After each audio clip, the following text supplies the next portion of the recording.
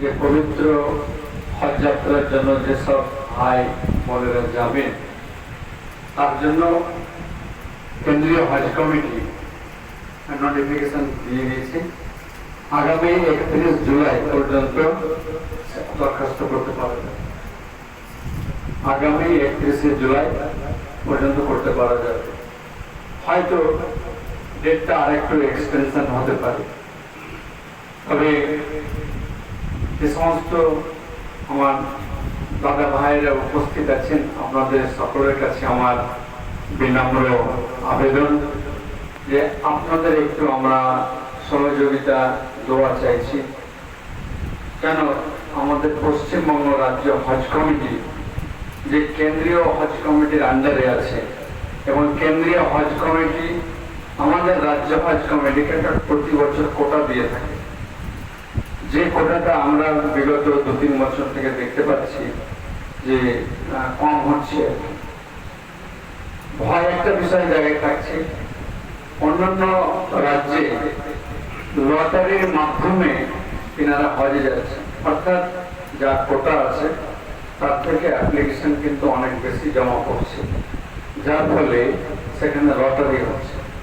আমাদের রাজ্যে কোটা অনেকটাই রয়েছে, কিন্তু আমরা সেই কোটা পূরণ করতে পারছি না।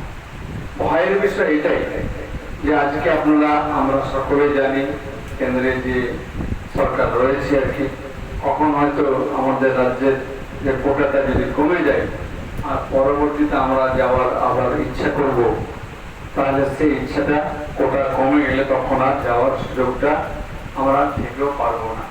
কাজে এইটুকুন আপনাদের কাছে আমি সহযোগিতা চাইছি যে আপনারা নিজ নিজ মাধ্যমে আপনারা একটু প্রচার রাখবেন। মানুষের মনের মধ্যে একটা জিনিস আমরা দেখতে পাচ্ছি যে ওমরার প্রতি তাদের আগ্রহ। আগে আমি যেমন কিছু কিছু স্কুলের টিচারদেরকে দেখলাম যে তিনারা রিটায়ার করেছেন, বলে আমায় উমরাটা করে আসে। আমি বললাম কি স্যার, উমরা না, উমরা তো আপনি হজে গেলেও প্রথম তো আপনার উমরাই হবে, তো হজটাই ফরজ, হজটাই করে নিন। কিন্তু আল্লাহ হেদায়েতের মালিক, আল্লাহ হেদায়েত যেন করে। এবং আপনারাকে বলবো যে আপনারা একটু তিনাদেরকে উৎসাহিত করবেন যে আল্লাহ পাক রব্বুল আলামিন আমাদের জন্য হজ ফরজ করেছে।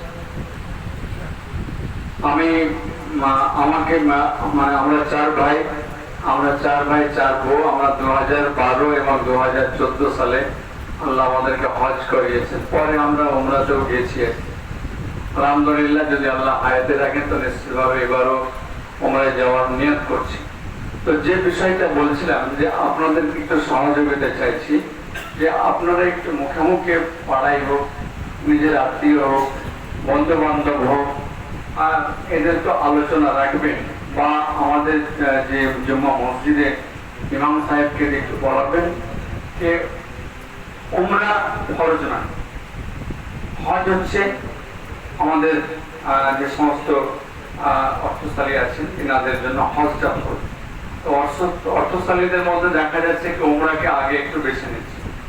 তো এই বিষয়টা একটু বোঝানোর আছে যে আপনি হজে গেলে পবিত্র মক্কা শরীফে পা রাখলে আগে আমাদেরকে ইহরাম পরে এখান থেকে মিকাত এরিয়া ঢুকতে হয় এবং আগে গিয়ে উমরাটা কমপ্লিট করতে হয়।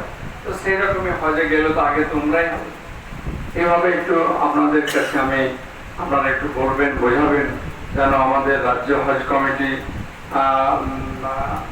যে উদ্যোগ যে প্রচেষ্টা নিয়েছে আর কি, এবারে সমস্ত হাজিদের দিক থেকে আমরা ফিডব্যাক নিতে গিয়ে জানতে পারলাম তিনারা আলহামদুলিল্লাহ খুব অনেকটাই খুশি। তিনারা বললেন না, অনেক আমরা সুযোগ সুবিধা পেয়েছি, ভালো লাগলো শুনে আর কি। আমরা চাইছি আরো কোথাও আমাদের যেগুলো ঘাটতি বা কিছু ত্রুটি যেগুলো আছে সেগুলোকে যেন আমরা হজ কমিটির যত আমাদের সক্রিয় সদস্য আছেন, ভলেন্টিয়ার্স আছেন, স্টাফ আছেন, সকলে মিলে সকলের সহযোগিতার মধ্যে দিয়ে আমরা এই ডেফিসিয়েন্সিগুলোকে আমরা ফিল আপ করবো ইনশাআল্লাহ। তো কাজে এই সহযোগিতা আপনারা আমাদেরকে করবেন, আমরা এই আশা আপনাদের কাছে আমি রাখছি। আরো একটা বিষয়, আমাদের রাজ্য সরকার WBCS এবং IAS ফ্রি কোচিং কিন্তু দিচ্ছে।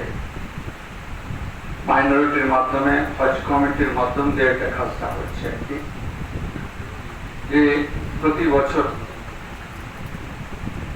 WBCS ফ্রি কোচিং, থাকা খাওয়া।